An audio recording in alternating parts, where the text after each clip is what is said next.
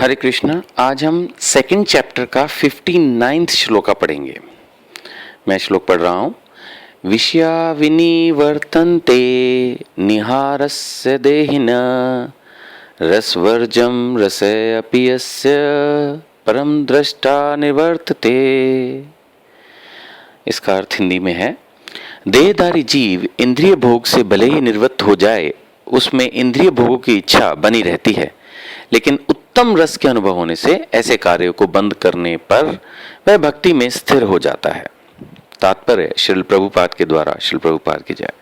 प्रभुपाद जी लिख रहे हैं, जब तक कोई अध्यात्म को प्राप्त ना हो, यानी जब तक वो भक्ति ना करना शुरू करे, तो इंद्रिय भोग यानी जो हर समय हमारी इंजॉइंग टेंडेंसी है, उससे विरत नहीं हो पाता या विरत होना असंभव है। यानी कि इससे दूर हो पाना नेक्स्ट टू इम्पॉसिबल है। हम कई बार सोचते हैं कि हम बहुत ज़्यादा हर वक्त ऐश करने की सोचते हैं, खाने पीने की सोचते हैं, थोड़ा सा अपने ऊपर हम कंट्रोल करें। एज बढ़ रही है या एज नहीं भी बढ़ रही, whatever, we should have some control over ourselves, but usually वो हो नहीं पाता। प्रभुपाद जी क्लियरली लिख रहे हैं, जब तक हम भक्ति शुरू ना करें।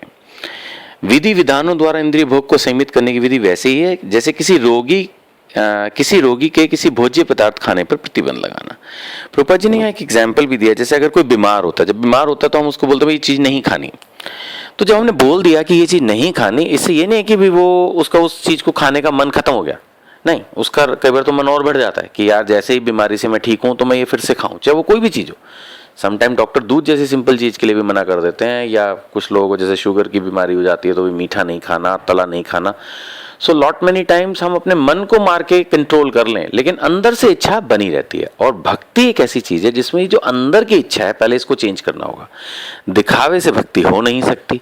तो एक नेचुरल वे में भक्ति हम कैसे करें, नेचुरल वे में जो इंद्रिय भोग की हमारी इच्छा है, चाहे हमारे अंदर किसी भी चीज़ की इच्छा है, नॉनवेज खाने की इच्छा है, ड्रिंक की इच्छा है, या कुछ भी जो भी सो कॉल्ड बैड इच्छाएं हैं, या बहुत ज़्यादा, इवन भगवत गीता के हिसाब से चलें तो बहुत ज़्यादा तीखा खाना, बहुत ज़्यादा मीठा खाना, या इस तरह की चीज़ें खाना भी तामसी पदार्थों में आते हैं, एटलीस्ट अगर नॉनवेज में नहीं भी आते तो सवाल ये उठता है कि इस तरह की चीज़ों का होगा कैसे। तो प्रभुपाद जी एक्सप्लेन कर रहे हैं इसको, इसकी भगवान ने जो समझाया है श्लोका 2.59 में, कि जब हमें हायर टेस्ट मिल जाता है, बेटर चीज़ मिल जाती है, तो लोगों को हम ऑटोमेटिक छोड़ देते हैं।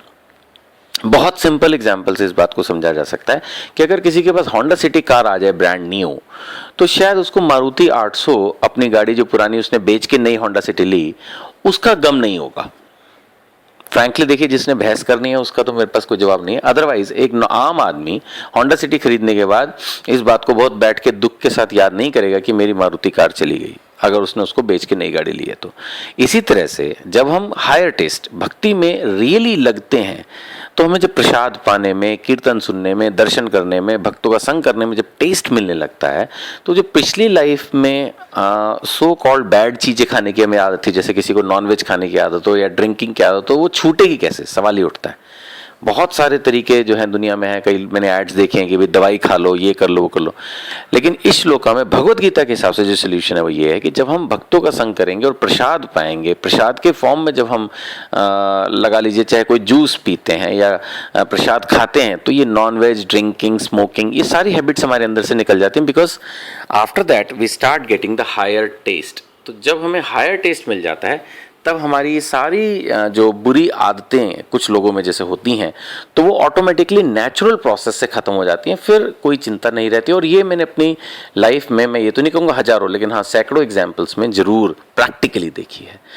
तो जितने भी भक्त इसको सुने, वो प्रयास करें कि ज़्यादा से ज़्यादा कृष्ण प्रसाद पाएँ और कृष्ण भक्तों का संग करें। इससे जितने भी हमारे मन के विकार हैं वो सब धीरे धीरे अपने आप नेचुरल प्रोसेस में दूर हो जाएंगे। हरे कृष्णा।